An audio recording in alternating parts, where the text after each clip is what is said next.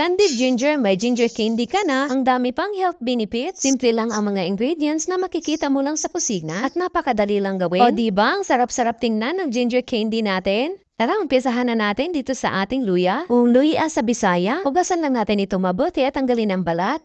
At islice lang natin ito. Ganito lang po kanipis na pagka-slice ang kailangan natin. Itong mga na-slice na natin, ibabad lang natin ito sa 2 cups ng tubig na nilagyan natin ng 1 teaspoon ng asin.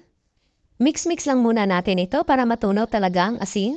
At ibabad na natin dito ang mga na-slice natin na luya. Ginagawa natin ito para hindi mag-brown ang kulay ng ating luya. Para fresh na fresh pa rin tingnan. At magpainit lang tayo ng tubig. Once kumulo na, pwede na natin ilagay ang mga na-slice natin na luya. At lagyan lang natin ito ng 1 tablespoon ng lemon juice. At pakuluan lang natin ito ng mga 5 minutes. After 5 minutes, i-transfer lang natin ito sa isang lalagyan na may malamig na tubig. Ayan, at ibabad lang muna natin ito dito.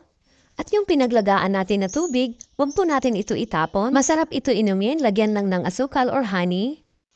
Ayan po, medyo lumambot na ang luya natin. Ilagay lang natin ito sa strainer para matanggal ang excess na tubig. Ayan, at lagyan lang po natin ito ng half cup ng asukal. I-mix-mix lang natin ito mabuti para malagyan talaga lahat ng asukal ang mga luya. At kapag nakut na lahat ng asukal, takpan lang natin ito. At ibabad lang natin ito ng 8 hours or overnight. At dito sa ating kawali, ilagay na natin ang mga luya. Nagtubig na ang luya natin. Makalipas ang 8 oras, iset muna natin ang stove sa high heat hanggang sa mag-reduce lang ang tubig. At kapag ganito na, iset na natin sa low heat. At hintayin na lang natin na mag-crystallize ang sugar na nilagay natin. Huwag po natin tigilan sa paghalo. Ayan, nag-start na mag-crystallize. Mix-mix lang natin ito palagi. At kapag ganito na, pwede na po ito.